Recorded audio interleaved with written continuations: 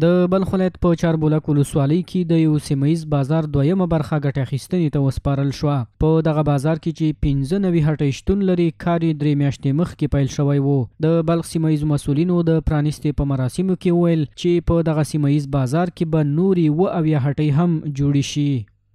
95 دوکانه ګټه اخیستنې ته وسپارل شوه چې په دې باندې تقریبا 15 میلیونه پیسې لګېدلې دي، او بیا 70 دوکانه نور چې هغه اوس موږ او تاسې د تهداب تیږه کېښودل شوه، نو دا به هم په دې باندې تقریبا 4 میلیونه پیسې لګېږي. در حدود 3 ماه رو در نظر گرفتیم اگر صاحبای دکان‌ها اما قسط در زمان معین پرداخت کنن انشالله که در ظرف 3 ماه تکمیل میشه. له بلې خوا د بلخ ولایت مقام مرستیال داسې پروژو پر پلي کېدو ټینګار وکړ. نوموړي وویل دغه بازار په جوړېدو سره به د یادې ولسوالۍ د لرو پرتو سیمو اوسیدونکو ډیری ستونزې حل شي.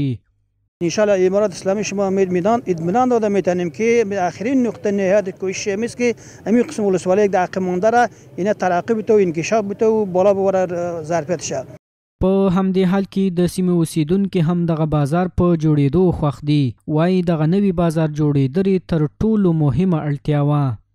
حمد خداوند است که بسیار آرامی به ما آمدگی است و دیگه اینکه الحمدلله بازار ما شهر ما که خیلی فراغ شده و خوب شده و دکاناش همه پختکاری شده است. د چاربولک دکانونه جوړ شوي دي، ډېره ښکلا پکې راغلې ده او د مخکې وخت نه ډېر جمع و جوش ډېر شوی دی پکې. از اول کده دکاندارایشان هم خوب شد، شهر ما هم زیبا شد، ما خیلی خوش هستیم از این.